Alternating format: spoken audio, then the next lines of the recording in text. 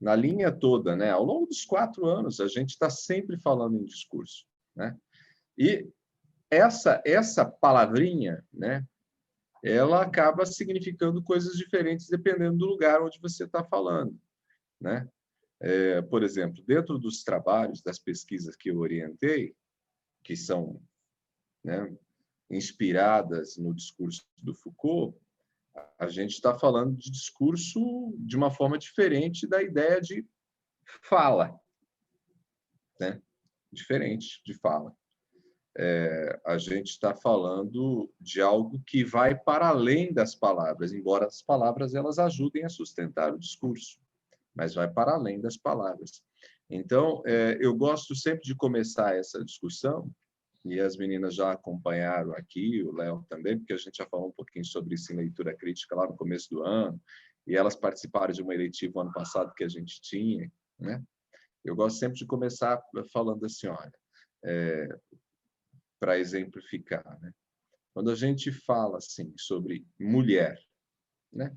A palavra mulher, o enunciado mulher, ele remete a que ideias na sua cabeça, né? Ou seja, que coisas vêm para a gente? Vem a ideia de fragilidade, por exemplo. Vem a ideia de, quem sabe, meiga. Vem a ideia de ser mais honesta que o homem. Mais Vem gentil. a ideia de ser mais gentil, né? Vem a ideia de mãe, né? De Submissão também. cuidadora, né? De cuidadora. Todas essas ideias, né? Elas estão no campo do discurso. Aí a gente está entrando no discurso, né? Então, qual é o discurso sobre mulher? O discurso sobre mulher tem mulher é gentil, tem mulher é quem, né, se maqueia, se cuida, né? Passa batom, passa, né, faz as unhas, pinta as unhas, tudo isso, né? Olha lá as unhas da, né? Então, todas essas ideias, elas vêm junto com a palavrinha, né? Quando você fala sobre mulher. Então, o discurso ele está presente em todos os lugares, né? Vou tratar aqui, né? A gente está num papo muito, acho que com bastante liberdade para a gente poder, né, tratar disso. Quando a gente fala assim, aquele rapaz é gay, né? Quais são as ideias que vêm junto com isso, né? De repente é libertino, né? Do ponto de vista assim, liberal, vale tudo, sexualmente falando. Quais são as ideias que vêm? As ideias que são formadas ou que estão formadas na sociedade é que fazem parte desse discurso sobre o homossexual ou sobre o gay, né? E aí, né, a Tamires e a Vanessa chegaram primeiro aqui, elas estavam falando, tá difícil ainda, né? Às vezes, acho que agora que a gente está começando a juntar a concepção de verdade, saber, poder e tal, que a gente aqui vai caminhar junto com o tempo para falar sobre isso. Mas olha só, todos esses conceitos, eles funcionam nessa ideia de discurso. Então, vamos imaginar o seguinte. Pegando o caso específico da mulher, a ideia de ser gentil, né? Ser gentil. Isso é uma verdade? É uma verdade histórica, construída historicamente. Construída historicamente. Por isso, para o Foucault, a verdade é sempre uma construção, né? Então, a gente poderia pensar que mulher não é gentil, sei lá, toda mulher é rude, né? Agressiva, sei lá o quê. Mas a ideia de gentileza está presente, né? Ou seja, esse enunciado de gentileza, mulher é gentil. Esse enunciado ele está presente. Quando você fala sobre mulher, você vai falar assim, mulher é gentil, né? E quando não é, há um estranhamento, né? Vamos imaginar aqui, a Tamires, nas nossas, né, relações, nós sentimos que ela não é gentil. Talvez poderia, inclusive, vir a ser verbalizado algo do tipo assim, nem parece mulher. Por quê? Porque ela não é gentil. Então, essa ideia de mulher ser gentil, ela já se tornou uma verdade. É a verdade da época. A mulher é gentil, né? É uma das verdades, né? É uma verdade da época. E aí, olha só como que eu vou para deixar todo mundo doido aqui. Vou jogar boa parte desses conceitos aqui tudo de uma vez. Começou. Né? O surto, né? Vou jogar todos os conceitos tudo de uma vez. Então, a gente diz que existe um discurso sobre mulher, acho que já ficou claro, né? Existe um discurso sobre mulher. Esse discurso produz verdade. Mas como ele produz verdade? Né? Como ele produz verdade? Ou como ele se torna uma verdade? Aí entra o conceito de subjetivação, ou subjetividade. Nós fomos subjetivados, né? Houve a construção de uma memória, né? Isso funciona de maneira inconsciente, né? Isso funciona de maneira inconsciente, que nos leva a pensar que mulher é gentil, né? Então, e a verbalizar isso, né? A objetivar isso, dizer, né? Colocar isso como uma verdade. Então, funciona de forma subjetiva. Então, os discursos, eles estão aí, e eles nos pegam. E aí funciona na nossa, isso a gente chama de subjetivação, né? Os discursos, eles estão aí, e eles funcionam por meio da subjetivação. Como que esses discursos são produzidos? Né? Como esses discursos são produzidos? Em relações de poder, segundo Foucault. Não, é só uma viagem para a gente começar, tá? Como que esses discursos são produzidos? Em relações de poder. Mas como assim, né? Tem embate, tem briga, tem... Não, é que para o Foucault o poder não é desse jeito. Né? Para o Foucault, relações de poder são todas as relações que nós estabelecemos, existem o poder funcionando, e ele não pertence a ninguém, o poder não pertence a ninguém, segundo Foucault. O poder está aí, ele não pertence a ninguém. Então, por exemplo, aqui na nossa dinâmica, existem relações de poder. Claro que existem, né? Assim, por mais que exista, a gente tenha se proposto a fazer algo informal, etc, etc, etc, né? Eu sou o professor, né? De vocês durante todo o tempo. Aqui, nessas discussões, né? Continua, esse sujeito, professor, continua aqui. Então, isso faz com que haja uma tensão maior em relação à minha fala. Então, existe uma relação de poder, né? Agora, vamos imaginar o seguinte, né? A Vanessa, né, nessa micro-relação de poder, ela está incomodada, né? Quem sabe com o lugar que ela está ocupando. Ela está ali e ela não está se sentindo confortável com as falas, com as coisas, com a dinâmica. E ela precisa estabelecer um outro conceitozinho que a gente chama de resistência, né? Então, ela está resistindo a isso. Mas como que ela torna essa resistência produtiva? Ela só torna essa resistência produtiva a ponto de estabelecer uma nova dinâmica nessa relação de poder se ela produzir saber. Ou seja, ela tem que ter conhecimento, ela tem que trazer coisas para essa nossa conversa, para essa nossa relação de poder, que ela possa desestabilizar a relação de poder estabelecida, em que o professor está aqui como o ensinador, né? Aí, de repente, ela fala, opa, professor, eu acho que a maneira como está sendo construída aqui não está muito positiva, né? E veja bem, eu observei, né, na obra do Foucault isso, isso e isso e isso que você não está citando, né? E aí ela, opa, peraí, ela trouxe elementos que eu não estou discutindo e que talvez eu desconheça, ela já desestabilizou essa dinâmica, né? Eu consultei mais o autor fulano e fulano, fulano, fulano, que são leitores do Foucault, e eles têm uma compreensão diferente. E aí?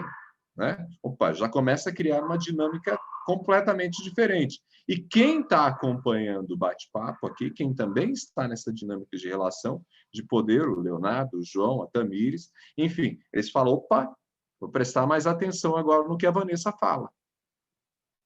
Então, essa relação de poder começa a ser modificada. De repente, num determinado momento, quem emerge como essa nova força dentro dessa microfísica do poder é a Vanessa. Né? Então, cria-se uma nova dinâmica. Né? Então, para as relações de poder, segundo Foucault, sempre precisa haver saber. Ela é produtiva. Toda relação de poder ela é produtiva, ela produz saber. Né? Se houver embate, briga, pancada, isso é uma outra coisa. Não é a relação de poder compreendida pelo Foucault. Né? Professor, a relação de poder do Foucault sempre vai ser produtiva, ela sempre vai produzir saber. Pode falar, querido. professor, essa relação de poder assim que a gente está conversando, está tentando chegar a entender de certa forma mais clara, a gente pode deixar mais claro assim para a gente ficar mais de uma forma mais abstrata assim para a gente entender.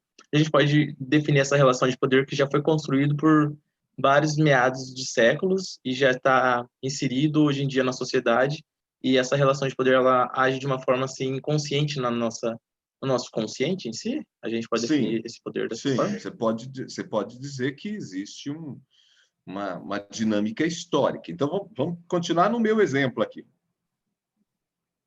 Por que essa relação de poder entre nós aqui se estabelece naturalmente? Porque ela só é verdadeira, assim, no sentido de que é verdade, porque está naturalizado. Tá? Então, para ela ser naturalizado, tem uma historicidade. Pode não ser uma historicidade tão longa assim, tá, Léo? Pode ser mais curta, mas tem uma história. Então, assim, historicamente, existe em funcionamento essa ideia de que, poxa, o cara que está aí nessa sala, ele é um professor, e professor a gente respeita, faz parte dos enunciados que nós ouvimos ao longo da nossa vida. A ideia é assim, professor a gente respeita, né? A gente respeita. Além disso, assim, a gente respeita também os títulos que ele possui. Então, isso também é digamos assim, um elemento de autoridade, construído historicamente, entendeu, Léo? Né? Então, por que vocês me dão autoridade? Bom, primeiro porque existe essa ideia, assim, ele é o professor, se é o professor a gente respeita, posso não gostar muito dele, mas a gente respeita, né? Existe outro ponto, pô, o cara estudou mais do que eu, né? Aí tem outro ponto de autoridade que está construído historicamente. Esse cara é mais velho, né? Olha o cabelo branco dele, está caindo o cabelo, essas coisas do tipo, né? Então, tem mais um elemento, né? Ele já tem filho quase da minha idade, ou né, até mais velho que eu. Então, vejam, todos esses elementos foram construídos historicamente, correto? Então, isso faz com que haja naturalmente uma relação de poder estabelecida aqui. Todas elas são dessa maneira? Sim, todas elas têm uma naturalidade pelas hierarquias que já foram estabelecidas, falando especificamente nas relações entre pessoas, tá? Então, vamos imaginar aqui, dentro da empresa, já tem uma hierarquia estabelecida.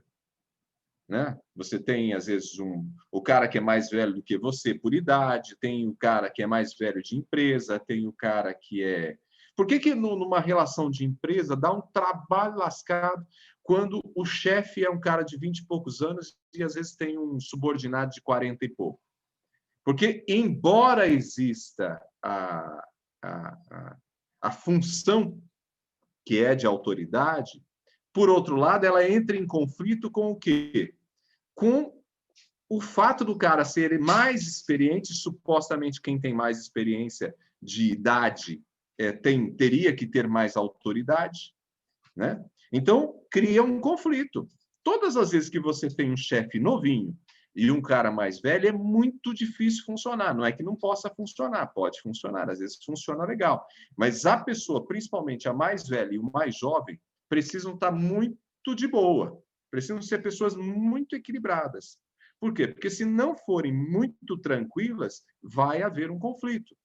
Por quê? Porque nessa relação existe, e é inconsciente isso, tá, Léo? Ainda em cima da sua pergunta, é inconsciente, existe essa imagem de que, poxa, teoricamente, o mais velho deveria ocupar esse cargo. Teoricamente, o mais velho deveria saber mais. E para o mais velho, a mesma coisa. Pô, mas molecada é tudo gente boba, gente. Né? Mal saiu das fraldas, é tudo adolescente. Né? A molecada sem noção. E, às vezes, até pode haver imaturidade no comportamento, mas, às vezes, como chefe, ele possui as características que a direção entendeu que eram dignas de colocá-lo naquele lugar. Então, essa relação que se estabelece em cima, digamos assim, de lugares, e aí a gente entra no conceito de sujeito, né? Entre lugares que já estão dados, que já estão postos. Então, aqui, por exemplo, eu sou o sujeito professor, o sujeito que possui doutorado, o sujeito que é mais velho, o sujeito que é pai. Esses lugares eu ocupo. E esses lugares eles acabam trazendo uma espécie de representação de autoridade para vocês. Então, isso é dado como verdadeiro. Assim, eu preciso respeitar. Poxa, o cara é mais velho. Isso é naturalizado. Assim, eu preciso respeitar. Ele é o professor. Né? Então, voltando lá para aquela nossa conversa sobre as mulheres, é a mesma coisa. Por que existe essa imagem da mulher gentil? Porque foi construída ao longo da história, né, nas relações entre homens e mulheres, entre famílias, relações entre as pessoas e o poder religioso, enfim, todos esses lugares foram trazendo esse tipo de saber. A mulher é gentil.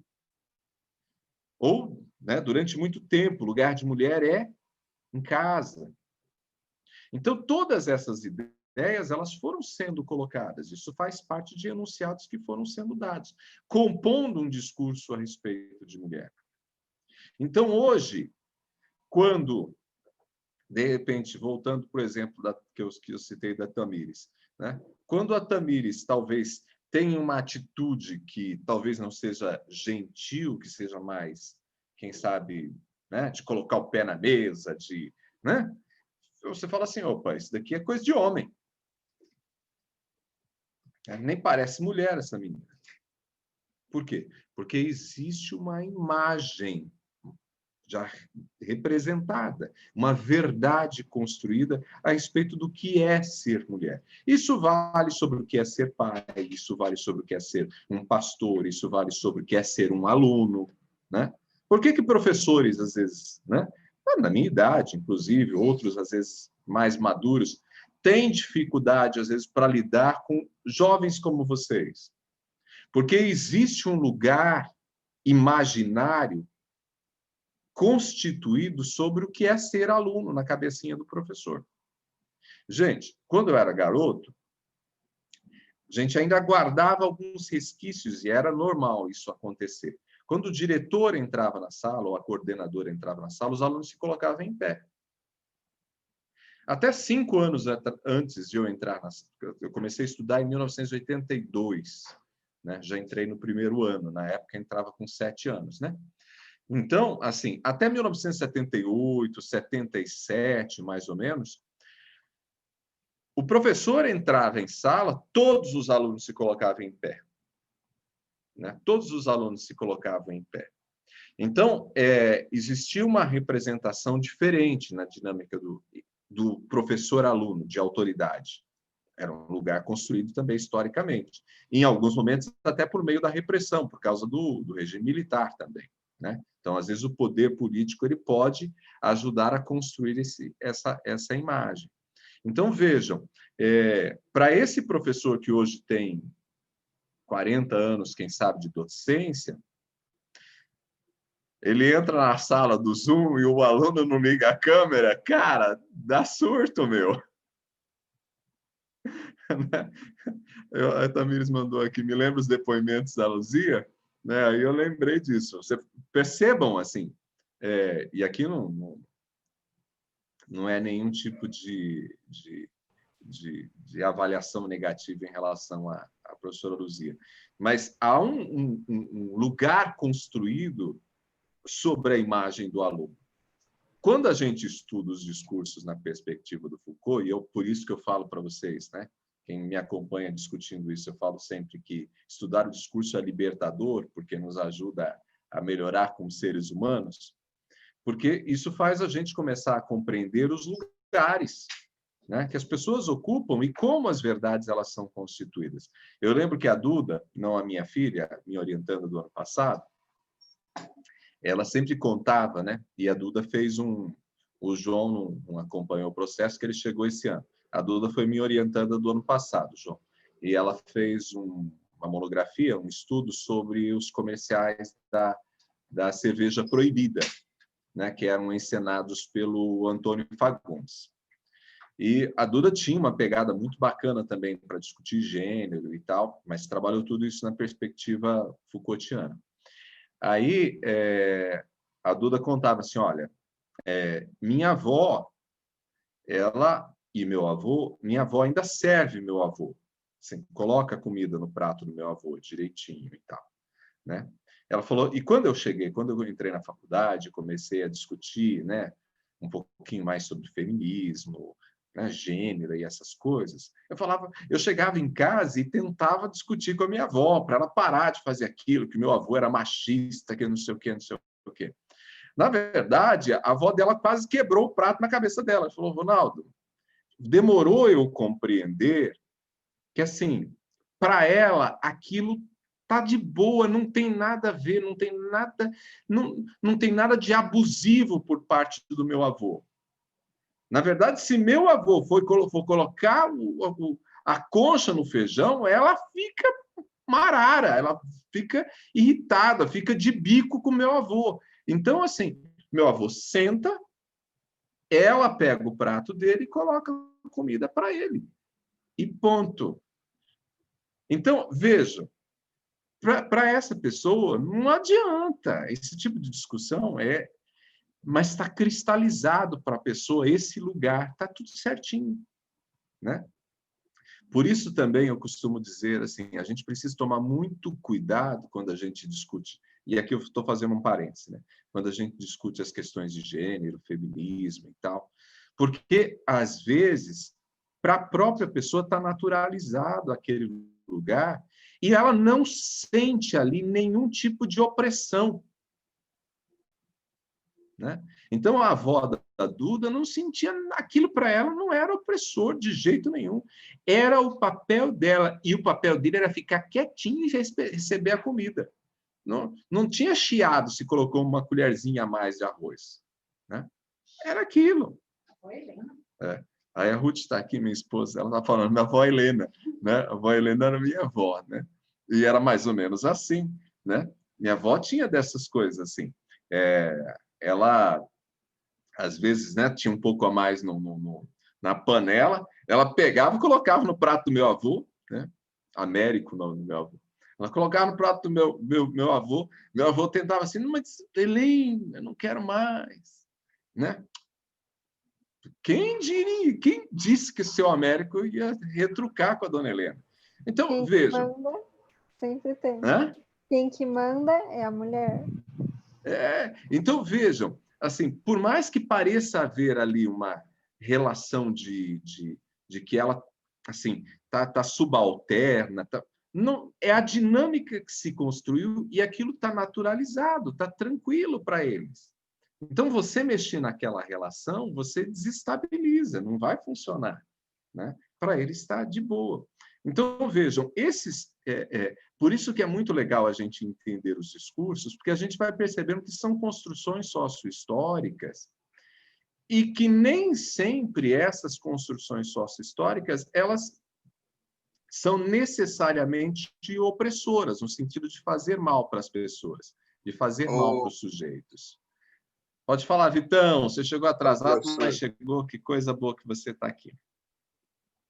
Professor, boa noite a todo mundo. Não, queria perguntar assim, né? Você falou dessa cristalização da relação, né? Que já está naturalizado. Essa construção toda, ela se dá de maneira natural, por exemplo, a avó da Duda foi ensinada a ser assim naturalmente ao longo dos anos, ou pode ter sido algo pensado? Não, o avô dela tentou instruir ela a ser desse jeito.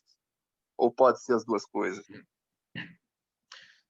Legal, muito boa pergunta. Pode ter havido o ensinamento, e é muito normal que se ensine, porque tudo é educado, né? Mas não educado no sentido de nem sempre essa educação se deu ou se dá de forma, vou usar o termo repressora, embora o Foucault não goste desse termo, porque ele diz que nem tudo funciona de maneira repressora, né? Ele falou, se o poder fosse sempre repressor, o Foucault fala isso, né? Ele fala, se o poder fosse sempre repressor, as pessoas não naturalizariam as relações. Elas só naturalizam porque ele não é repressor, né? Porque ele é dado justamente assim, como algo verdadeiro.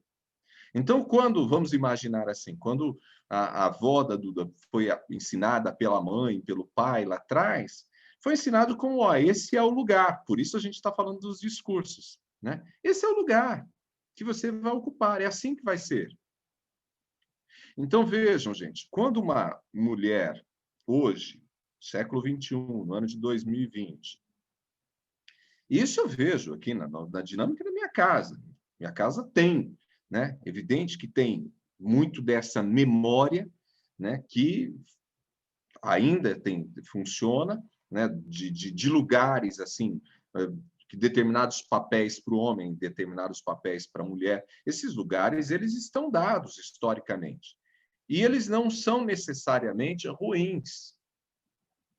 Entendo o que eu quero dizer aqui. Não estou dizendo que eles não podem ser modificados. O que eu quero dizer é o seguinte, os lugares, eles precisam existir. Eles podem ser modificados, mas eles precisam existir porque eles nos dão um pouquinho de estabilidade. E de saber o que eu preciso fazer. Isso daqui é o que eu preciso fazer. Qual que é uma das razões da gente estar vivendo uma grande crise de identidade, que a gente discutiu, inclusive, lá no Stuart Hall com a galera do João Renato, lá no primeiro ano, e eu discuti um pouquinho com leituras pós-modernas também no ano passado. Qual que é a grande razão da nossa chamada crise de identidade? Porque a gente está num momento em que a gente está tentando redefinir as identidades. Só que elas são fluídas, por uma característica da pós-modernidade. Então, o que acontece? A pessoa levanta hoje, acorda hoje e não sabe quem ele é, qual que é o direcionamento dele. O que significa para mim ser homem hoje? O que significa ser mulher hoje? O que significa... Então, esses lugares, como eles estão em discussão, né? Eles estão fluidos, né? Eles são fluidos por uma característica pós-moderna. Estou vendo o nome da Sarah Winter, você me conta o que você pensou aí. Esse termo é chamado gênero fluido, né, professor? A própria ideia de gênero, veja, a própria ideia de um gênero fluido, ele é reflexo disso que a gente chama de pós-modernidade e desses papéis, desses lugares que hoje não são fixos. E isso acaba criando um certo desconforto, muitas vezes, nos sujeitos, porque nem todo mundo consegue lidar bem com isso. Gente, por que há um aumento tão significativo da presença das pessoas nos consultórios psicológicos? Parte disso é para tentar descobrir quem eu sou. Oneso, mas sabe o que eu estava pensando? Posso falar? Tá me ouvindo? Opa, perfeitamente. Beleza. Às vezes eu penso que talvez não que a gente esteja querendo redefinir uma nova verdade, mas talvez um pouco da visibilidade para outros corpos que historicamente foram apagados, né? Que nem a questão trans, né? A questão de muitas outras sexualidades, do LGBT inteiro, né? Do alfabeto LGBT inteiro. E que nem hoje já não se sabe mais, né? A galera fala mulher, mas a gente esquece de redefinir características num corpo trans, né? E o homem também, a mesma coisa. A gente já não pode mais definir homem e mulher seguindo uma genitália mais, né? E isso dá um bug mesmo na cabeça. As pessoas ficam bugadas e daí eles pensam, meu Deus, mas como assim? Aí entra a questão do gênero fluido, aí pensa, meu Deus, mas o que que meu corpo quer? O que que meu corpo é? Onde que eu tenho que caixinha eu tenho que colocar? E aí parece que essa pós, né, essas pós-verdades, digamos assim, faz a gente querer entender que nós, como se cada um agora fosse um planeta, né? Como se cada um fosse um corpo diferente e entendesse, cada um começasse a entender a sua própria diversidade, né? Eu acho que parece que o caminho do movimento LGBT é por aí. A gente vai definindo por enquanto LGBTQIA, para a gente depois chegar e ver que na verdade é o João Renato, é a Vanessa, é a Tamires, é o Léo, é o Vitor, é o Ronaldo, para depois a gente começar a entender que a sexualidade é única e individual. Né? O fluido vem, caminha e fala, hoje eu sou assim, amanhã eu posso caminhar para outro caminho. Igual o Laerte, que também, né, a cartunista Laerte, que teve isso com uma idade lá para frente de se descobrir o trans. Então, tem isso da nossa sexualidade mudando. Eu não sei se o Foucault estava contando com isso também, né? Eu pensaria que seria Não. hoje em dia, porque ele fala, meu Deus, as verdades que ele tanto viu, estudou, foram definidas com certo tipo de poder, hoje em dia, como é que tá essa loucura, né? E esse poder que, ao mesmo tempo, né, voltando nesses corpos, parece que quiseram abafar mesmo a gente, historicamente. Levou a transexualidade para os manicômios, para tratar como se fosse uma coisa maluca, né? Problema psicológico, não é isso. Hoje em dia a gente está, parece que, fazendo essa reavaliação. Então é bem doido, né? É bem doido. Mas olha só que legal isso, né? Porque a gente acabou entrando na questão de gênero e eu acho que tem muito a ver com a discussão, né? Tem muito a ver com a discussão. E por quê? Porque causa todo esse desconforto, inclusive, na sociedade. Porque ao longo da história foram estabelecidos os lugares bem certinhos, né? Aí vem, por isso que, olha só como que a gente trabalha com os conceitos do Foucault aqui, né? Vem isso foi construído, a verdade está posta, só que nenhuma verdade se cristaliza para sempre, amém? Porque sempre vai haver alguma resistência. E aí os movimentos eles foram se organizando nessas relações de poder dentro da sociedade. Isso foi se reorganizando e foram produzindo outros saberes a respeito dos corpos, né? Foram produzindo outros saberes. E hoje o que a gente vê? Esse embate, né, que é uma relação de poder, né, entre os saberes que já estavam dados, que já estavam postos, e vou chamar assim, de novos saberes, que querem se colocar como verdade. A luta é sempre por ser a verdade, tá, gente? A luta é sempre por ser a verdade. Então, esse... Perdão. Pode como se falar. o Não, saber aqui não é aula, não. É como se o saber desse credibilidade para o discurso. O saber é o que vai sustentar a possibilidade de construção de uma nova verdade, entendeu? Uhum. Sem saber, não tem jeito. Então, só um pouquinho, Victor. João, sem, por exemplo, todos esses movimentos que vão lá e que discutem, e que verbalizam, e que se pronunciam, e que falam, e que dizem assim, ó, me vê, olha para mim, eu sou gente, você está vendo? Né? Eu sou uma pessoa que mereço amar, que mereço ser amado, que mereço ser respeitado. Eu não sou uma coisa. Eu não sou um louco para ser internado. Né? Eu não tenho que ir para o manicômio. Então, esses movimentos de resistência, eles estão tentando o tempo todo produzir. Eu vou usar um termo que o Foucault não usa, mas eles estão tentando argumentar, eles estão tentando produzir argumentos, justificativas, eles estão tentando produzir uma nova verdade. Em outras palavras, é isso. Então, esse conjunto de saberes, ele está em embate nessas relações. Isso tudo vai nos subjetivando. E aí, a Vanessa falou, opa, é assim que funciona. Para ela, aquilo lá já se tornou verdadeiro. O Léo falou, opa, é isso. Né? Como a gente está num momento histórico em que tudo está muito em ebulição, né? É muito fácil a gente se juntar nas nossas bolhazinhas. Quando a gente sai delas, vira confusão medonha. E aí, aquela discussão que o próprio Stuart Hall fala lá sobre identidades, começa a ficar maluco, porque, às vezes, o João, vamos pegar o caso do João aqui, né? O João tem esse discurso, esse lugar para discutir as questões LGBT e todo o alfabeto, né? Mas o João, ao mesmo tempo, do ponto de vista, vamos dizer, político, né? Vamos dizer, político, ele seja, assim, ele entenda que a política precisa ser mais conservadora, com fluidez para o mercado, né? Então, opa, são lugares, ó, dentro da questão do discurso LGBT, tal, ele está num lugar, numa posição.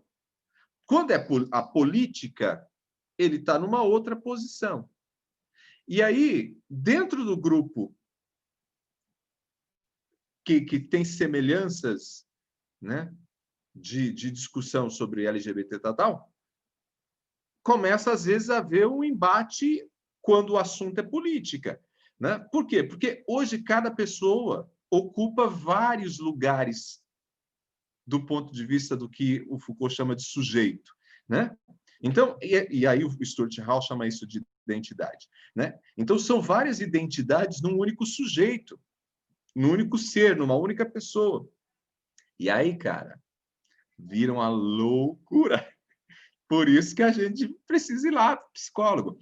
E aí, gente, aqui uma crítica nossa aqui, né? Hoje, na área da psicologia, se você não tiver pessoas realmente muito preparadas, e a gente não está falando dessa galera de cura gay, não é disso que a gente está falando.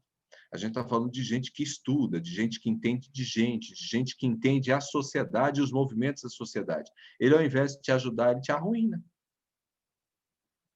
Porque se você não conseguir compreender essa loucura toda, né, que a gente está discutindo aqui com Foucault, com Stuart Hall, e a gente, né, cita Bauman e vai citando um monte de gente, a gente fica louco. Então, e tem um monte de psicólogo, gente, e saiu da psicologia, acho que por ter sensibilidade com as pessoas está resolvido o problema. Não é, né? A coisa é muito mais complexa. O Vitão ia comentar alguma coisinha aqui, Vitor. Não, professor, você acabou até comentando no meio. Esse embate de ideias, né? Você rediscutir os lugares comuns, é algo que está sendo mais discutido atualmente? Se não, por que a gente tem a impressão que parece que isso é mais discutido atualmente do que era no passado? Parece que no passado as pessoas aceitavam mais os lugares e agora a gente questiona tudo, falam que a gente questiona tudo. Tem várias razões, sabe, Vitão? Tem várias razões. A gente, quando discutiu lá a introdução à pós-modernidade, lá na disciplina de leituras pós-modernas, né, tinha um textinho básico, né, sobre as características da pós-modernidade, a gente citou algumas dessas razões. É claro que um ponto está diretamente ligado a esse lugar que nós estamos aqui. Comunicação. As pessoas têm muito mais acesso. Conversam, dialogam, veem coisas. A gente nunca produziu tantas coisas. E liberdade. Isso também é um ponto. Porque por mais que a gente ainda tenha certas repressões, né, situações que são bastante desconfortáveis, existe uma dinâmica mais livre. Então, pega, por exemplo, o caso das redes sociais. As redes sociais, é claro que a gente discutiu isso nas nossas disciplinas, inclusive, nem tudo que a gente fala é visto por todo mundo. Isso é fato.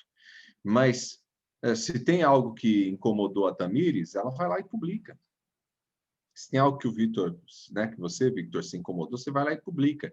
Isso vai criando proximidades e vai criando debates. Então, a comunicação, ela tem tudo a ver com esse processo. Isso começa principalmente ali no final do século XIX, né, com o avanço dos jornais mais populares, depois chega o cinema para valer, depois vem o rádio, depois vem a televisão e agora, mais recentemente, né, a internet. Então, a comunicação tem tudo a ver com isso. Então, quanto mais se produz, informação, essas informações estão no campo das relações de saber e poder, né? E essas informações elas estão sendo produzidas por sujeitos, né? Que vão colocando em circulação uma série de coisas. E esses debates acabam entrando na sala de aula, eles acabam entrando dentro das igrejas, eles acabam entrando dentro das relações familiares. Então, todos esses espaços, eles acabam trazendo uma série de reflexões sobre esse sujeito. Então, isso faz parte dessa característica. E também como efeito do próprio avanço do capitalismo, né? Porque o capitalismo pós-1940, né, a galera que está no terceiro, né, está indo para o quarto ano, deve lembrar das discussões que nós fizemos lá em Cultura, Arte e Comunicação.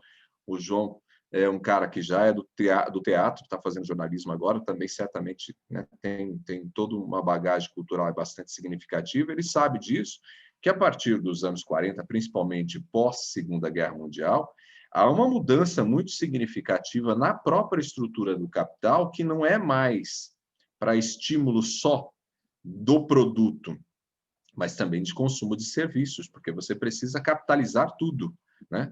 Então, isso vai tornando, digamos, a própria relação nossa econômica muito mais significativa, e a necessidade de uma aceleração de todos os processos de comunicação, né? E aí escolarização vai junto, tudo vai junto, né?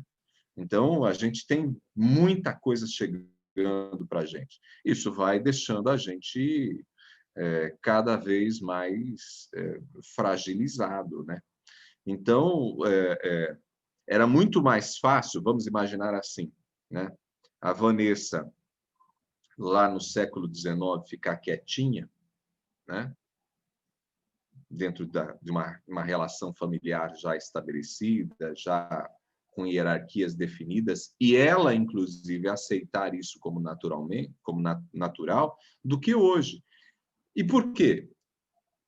Primeiro, porque ela recebe mais um monte de informações sobre esses lugares. Ela fala, opa, gente, lembra de uma falazinha que vocês usavam quando era criança? O tempo todo para os seus pais, quando vocês queriam alguma coisa? Mas o fulano não faz. Né? Na casa do ciclano não é assim. Gente, lá na roça, né? No meio rural, no passado, era assim. Você não tinha outros parâmetros para você comparar, para dizer assim, opa, né? Não, hoje você tem um monte de parâmetro. Por que a gente está estudando, né, mais recentemente, dentro da comunicação, a gente está estudando os efeitos, por exemplo, das redes sociais na vida das pessoas, né, dessas plataformas digitais. Por quê? Porque você olha lá no seu Instagram, né, você fala, putz, mas que vidazinha sem graça a minha, né? Isso dá uma angústia, né? Então, isso causa desconfortos em nós, né? Por quê? Porque, professor, e aí é meio natural, né, em nós a comparação, né? Pode falar, Léo. Assim, eu tava lendo alguns autores, né, esses últimos dias, assistindo algumas conversas, assim, para influenciar meu TCC. Daí eu penso abordar algo sobre movimento racial, sim, negro. É uma ideia, legal. Ou internet em si. Daí, até uma fala sua, que eu estava acompanhando também seus vídeos, que você postou nessa última semana sobre a prefeita de Bauru, que foi eleita e recebeu várias fakes news, vários ataques racial, né, sobre a pele dela, por ela ter assumido, né, o município lá de Bauru. Daí, e lendo outros autores também, eu estava lendo a Djamila Ribeiro, ela falou assim que a gente é formado por várias camadas. Vamos supor assim, a mulher, ela é uma mulher, mas ela tem outra camada. Essa prefeita que foi eleita no município de Bauru, ela é negra, beleza.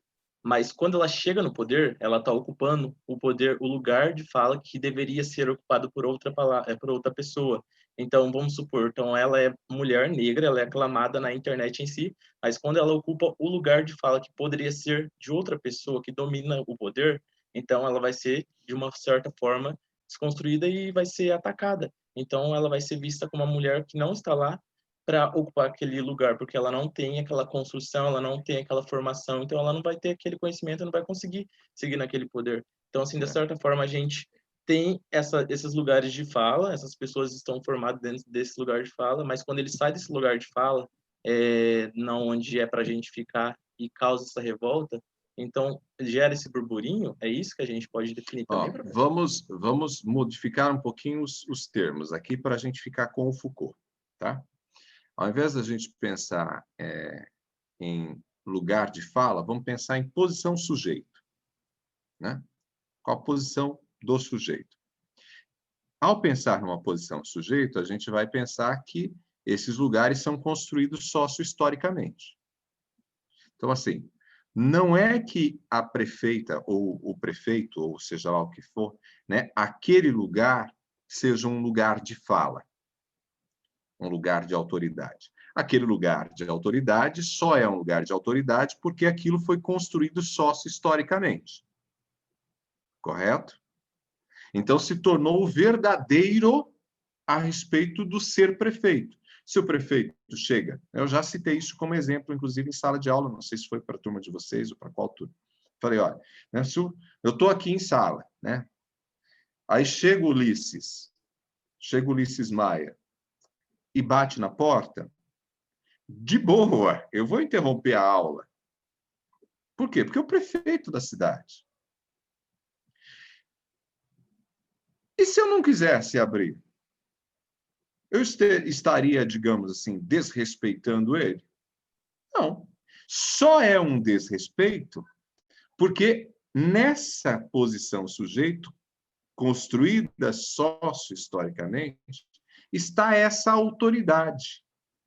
Então, quem chega a esse lugar, supostamente chega e sempre vai ser, digamos, paparicado, né? Se o Ulisses resolver fazer uma visita lá na faculdade à noite, num dia que a gente está com aula, sem ter avisado, provavelmente, inclusive, a professora Elza vai descer, que ela mora lá, né, no cantinho dela lá da faculdade, vai descer, vai providenciar um chazinho rápido, alguma coisa, e para servir para ele, que vai para além do cafezinho, com toda certeza.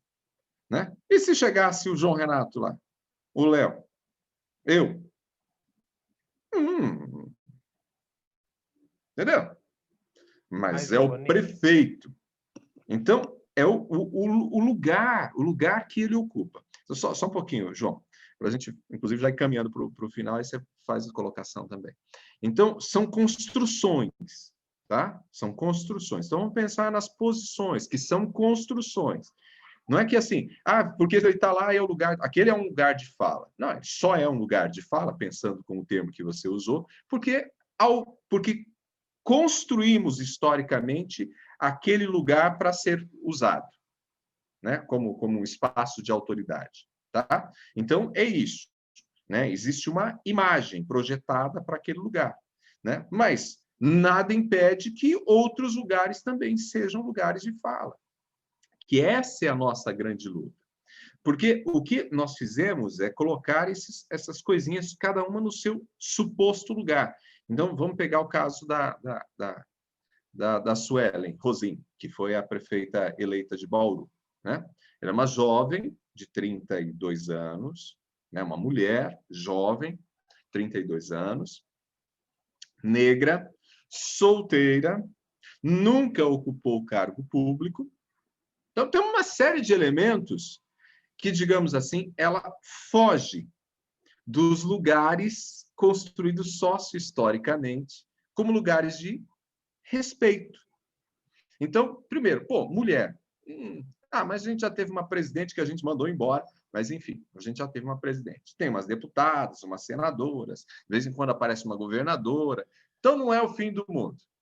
Né?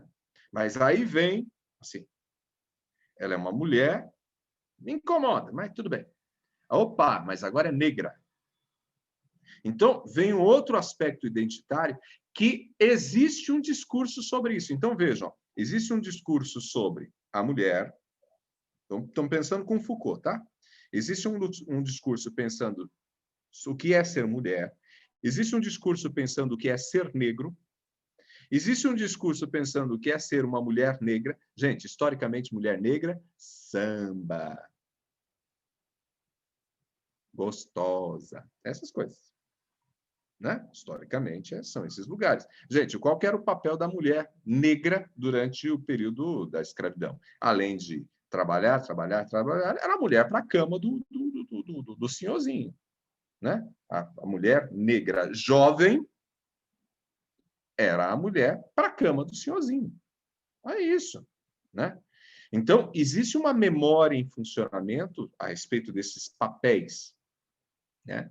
Então, não significa que ela não possa estar ali, mas quando você olha para o lugar também do prefeito, se pensa numa pessoa experiente, opa, ela não tem.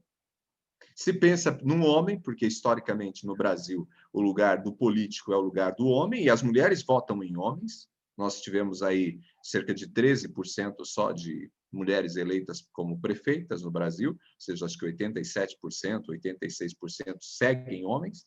Então é um lugar de homem, experiente, historicamente branco. Mais maduro, mais velho, né? Geralmente uma pessoa bem relacionada dentro da cidade. Então, existem vários, digamos assim, papéis ou expectativas de papéis. Isso tudo foi construído historicamente, por meio do discurso. Aí, quando você junta todos esses discursos, o discurso sobre mulher, o discurso sobre mulher negra, o discurso sobre... e o discurso sobre o que é ser prefeito, porque a gente tem, inclusive na cabecinha da gente, a gente tem uma imagem do que é ser prefeito. A gente tem. Então, ninguém está livre disso. É importante a gente ter essa ideia.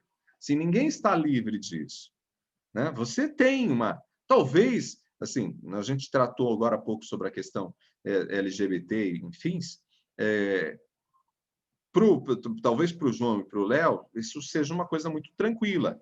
Né? Tranquila no sentido assim, não pense em papéis, é isso que eu quero dizer. Né? Não pense em papéis. Como que é né, os papéis que eu devo ocupar, etc. Talvez, né, eu não estou no lugar de vocês, então não consigo projetar, tá? Ok? É isso que eu estou querendo dizer. Mas você, Léo, e você, João, provavelmente vocês têm lugares colocados sobre o que é ser professor, o que é ser, por exemplo, um diretor de escola, expectativa sobre o que é ser um prefeito, o que é ser o padeiro, né? Então, assim, esses lugares a gente forma historicamente. E eles nos dão uma certa segurança. O que é um bom vendedor? Tem um discurso sobre o bom vendedor, entende? Até sobre questões de mercado. O que é um bom vendedor? O bom vendedor tem um discurso sobre o que é ser bom vendedor. Então, você imagina que o bom vendedor... Você nunca vai imaginar o bom vendedor aquele que te faz ficar esperando 40 minutos para ser atendido. Você consegue pensar no bom vendedor? O cara, você chegou na loja, aí o cara fica lá batendo papo com um colega lá no fundo da loja, e você lá olhando o produto, e ele não está nem aí para você, né? E você chama ele, ele faz assim. Aí você consegue juntar esse termozinho assim, bom vendedor com essa pessoa, com esse sujeito? Você não consegue. Por quê? Porque você tem um lugar que você espera. O que é ser bom vendedor? Ser bom vendedor tem essa característica, essa característica, essa característica. Isso tudo é construído discursivamente. Hoje, no papel de professor, a gente precisou incluir um outro elemento. O que é ser um bom professor? Com esse período de pandemia. É também dominar as tecnologias. Entende? Até 10 anos atrás, talvez esse não era um requisito, né? Hoje ele passa a ser... Tudo papel construído, professor? Oi? Então é tudo um papel que foi construído assim estruturalmente, assim como a gente foi discursivamente. Por isso a gente está falando de discurso. Discursivamente? Né? Isso é tudo construído discursivamente. Então, Entendi. as verdades, elas não pré-existem ao discurso. Elas estão contidas nessas relações, elas são feitas nessas relações de saber e poder, e os discursos ajudam a construir esses lugares. Aí nós somos subjetivados e vamos assim, opa! Hoje, quando você pensa num bom professor, você não consegue mais não pensar ele tecnologicamente, você não consegue pensar. Né? Você precisa pensar em tecnologia. Você fala assim, professor Ronaldo, vamos precisar contratar um professor novo para o ano que vem. Né? Assim, aí chega um cara com 30 anos lá, né, de educação, estudou títulos e títulos e títulos e títulos, mas o cara nem usa o WhatsApp. Cara, eu vou ter dificuldade de contratá-lo. Mas o que o WhatsApp tem a ver com a história? Tudo a ver com a história. Olha só, a gente se fala pelo WhatsApp, eu mando recado para vocês pelo WhatsApp, vocês falam comigo pelo WhatsApp, né? Ou seja, se eu não tenho esse canal de conversa com vocês, e vocês comigo, complica. João, vamos lá para a gente fechar aqui, cada um e dormir não, né? Fazer o que quer fazer. Não, você falou dessa questão da construção discursivamente, né? Você fala porque a gente está falando de Foucault, né? Por causa disso. Sim, estamos... o nosso diálogo é diálogos com Foucault aqui, né? Então... Isso. Porque que nem quando o Leonardo coloca a Djamila Ribeiro para conversar com o Foucault, né? Eu acho que é super valioso para a gente, principalmente quando se fala da questão da prefeita de Bauru, porque por mais que tenha ali o discurso de que ela é prefeita, exerce um cargo de poder, junto com o discurso de que ela é uma mulher negra, dá uma sensação de que, dependendo de com quem que ela está se relacionando, o discurso de mulher negra se sobressai. E aí eu fico pensando, não é mais uma construção discursiva, mas uma construção estrutural da sociedade. Né? Nesse caso, o poder dela se Mas vai... foi construída... mas pensando assim, historicamente, com Foucault, ela é construída ao longo da história, em relações de poder, entendeu? Como essa mulher negra, ela sempre foi, no Brasil, pensando especificamente no Brasil, ela era escrava, ela era mucama, ela era a paixonite do senhorzinho, né? Então, esse lugar foi sendo estabelecido discursivamente, entende? E se criou uma verdade a respeito do que é ser mulher negra. Esse né? discurso que se Então, criou culturalmente, entendi. Isso. E foi se redefinindo Isso. dentro da estrutura também da sociedade. Eu acho que parece que tudo caminha muito junto, na verdade, né? Se a gente for pensar. Porque você trabalha assim, claro, alguns trabalham com conceitos diferentes, né? Por exemplo, o Foucault sempre vai falar assim, eu não gosto, e ele falou, não existe ninguém mais antiestruturalista do que eu, ele fala, né? Ele falou, porque eu não acredito em estruturas, né? Eu acredito que as coisas se dão em relações de poder, e essas relações podem ser, inclusive, numa dinâmica microfísica, né? Então, por isso que a gente vai discutir um pouquinho a microfísica do poder, porque ele fala assim, existem coisas que funcionam dentro de um espectro maior, em função da cultura, né? Que também é estabelecida nessas relações de poder, e aí você tem estruturas, inclusive, de leis que às vezes sustentam esses lugares, porque, por exemplo, esse lugar de subalternidade, né, do negro, ela foi construída também por meio de leis, né? E hoje também por meio de leis você precisa tentar tirá-los desse lugar, né, João? Então, aí para dar uma sensação de que é um processo, né? Começa no discurso, se cria uma cultura, se desenvolve uma estrutura. Parece que fica nesse giro, né? E aí parece que nós, como comunicadores, temos essa responsabilidade de trazer o nosso discurso, ver como que ele se cria culturalmente, ou como que essa identidade desse discurso vai chegar, e quando reverbera de forma coletiva ou massivamente, se cria-se uma cultura, e aí pode-se mudar uma estrutura, né? Parece que é esse o caminho, mais ou menos. É mais ou menos isso mesmo. E aí, por exemplo, né, o trabalho que as meninas fizeram, né, o Guilherme fez esse ano, que você assistiu à banca, inclusive, né? O que a gente tenta, né, e a gente estava discutindo, é esse papel do jornalismo, e aí, nesse sentido, de forma mais consciente, entender que, por exemplo, reproduzir determinados discursos de forma inconsciente, porque você faz isso inconsciente, reproduzir determinados discursos ajuda a manter esse lugar, né? Manter esse lugar de mulher, esse lugar de... Então, o jornalista precisa ter essa percepção do meio para ter um papel, né, de resistência aos discursos que estão aí. Né? Então, o jogo aqui é de resistência, porque o que já está dado, cristalizado, como verdadeiro, ele precisa sofrer a resistência para ele não continuar ali. Então, você vai empurrando, né? Empurra um pouquinho aqui, empurra um pouquinho ali, e a gente tem avançado. Mas essa resistência ela não acontece sem fissuras, né? No caso, por exemplo, e eu já falei isso para o Léo, né, há algum tempo atrás, que ele falava, eu não queria cair nesse lugar de discutir a questão das negritudes e tal, né, no TCC. Eu falei, cara, mas se é algo que te incomoda, precisa discutir. Por quê? Mas tem várias pessoas discutindo. Sim, mas é necessário discutir. Né? Mas tem muita gente discutindo, não tem problema, vamos continuar discutindo. Por quê? Porque ainda é resistência. Essa luta ainda é uma luta de resistência. Num país como o nosso, que existe racismo efetivamente, né?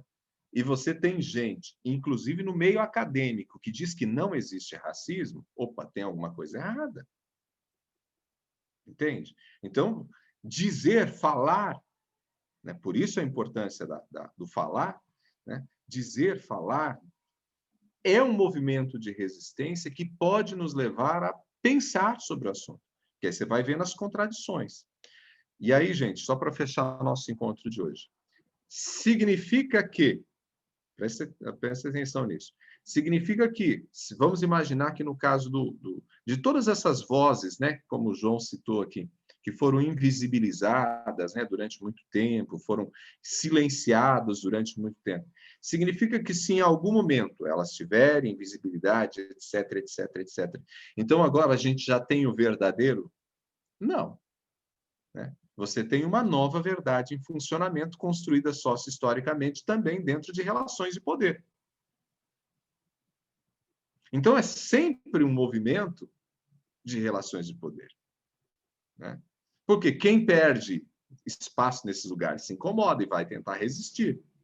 Gente, e o exemplo está aqui para nós. Né? Nós tivemos, no que diz respeito principalmente às minorias no Brasil, nós tivemos avanços significativos nos 14 anos do PT. Tirando toda a parte, né, corrupção, etc, etc, etc. Nas questões de minorias, nós tivemos avanços importantes, bastante importantes. As minorias de modo geral. Né? E, dias atrás, a gente estava conversando sobre a questão, por exemplo, do racismo especificamente. A última legislação que trata especificamente disso, assim, se preocupa com isso, é de 2015. Depois a gente não teve mais, ou seja, parou, né? Então, tem a ver diretamente uma relação entre a esquerda, representada pelo PT, e as discussões sobre as minorias. Então, houve avanços. Mas o que a gente percebeu pós-PT, pós-saída da Dilma, foi o quê? Um movimento típico de resistência de quem estava perdendo espaços. Então, esse movimento, esse jogo, ele vai existir sempre. O Foucault vai dizer para a gente que as relações de poder, elas estão o tempo todo em funcionamento, elas estão acontecendo o tempo todo. Às vezes elas estão um pouquinho mais para cá, às vezes ela vai estar um pouquinho mais para cá, né? Às vezes ela está dentro de uma situação aparentemente equilibrada em que está todo mundo ganhando, está tudo bom para todo mundo, mas nunca vai estar bom para todo mundo, sempre vai ter alguém insatisfeito. E esse insatisfeito vai estar ali produzindo saber para poder mudar essa relação, né? É muito doido. Mas é assim, essa é a dinâmica da sociedade. Quando que o Foucault fala que essa relação é exaustiva? Porque, meu Deus, a gente nem percebe, mas cansa, assim, de colocar em perspectiva. E eu tava lembrando, eu odiava biologia no colégio, porque eu pensava, gente, mas a respiração é tão simples, para que complicar tanto explicando tudo isso? Aí agora, percebendo que, poxa, ciências humanas, por que me decepcionaste? Devia ter sido bom de biologia, porque a respiração é sempre do mesmo jeito. Agora, a construção dos discursos, não são. Eu não queria ser pessimista, mas já sendo. Acho que o meu papel durante todo esse período de coronavírus foi ser pessimista em todas as aulas suas. Desculpa, Ronaldo. São tempos pessimistas. Todo mundo tá assim, não é só você não. Concordo. Não dá para ser positivo o tempo todo. Não, não dá não. Não é humano. Mas vocês sabem que, fechando aqui, né? Vocês sabem que até para resistir é preciso ser positivo. Porque se você não for positivo, você fala assim, é assim mesmo, deixa para lá. A resistência só existe porque tem gente que acredita que vale a pena. Mas cansa um pouquinho, né? A resistência, cansa, cansa. Mas se a gente não tiver essa positividade no sentido de acreditar que vale a pena resistir, você para de debater, você para de apresentar, né, as ideias, você simplesmente silencia e fala, sabe o que eu vou fazer? Vou cuidar da minha vidinha, que já é difícil pra caramba, né? Então, olha o que a gente Nem o fez aqui. Sócrates tinha paciência para discutir e deixava o povo falar. Só perguntava. Mas as perguntas dele eram as perguntas, né? Ai, ai. Vocês sabem que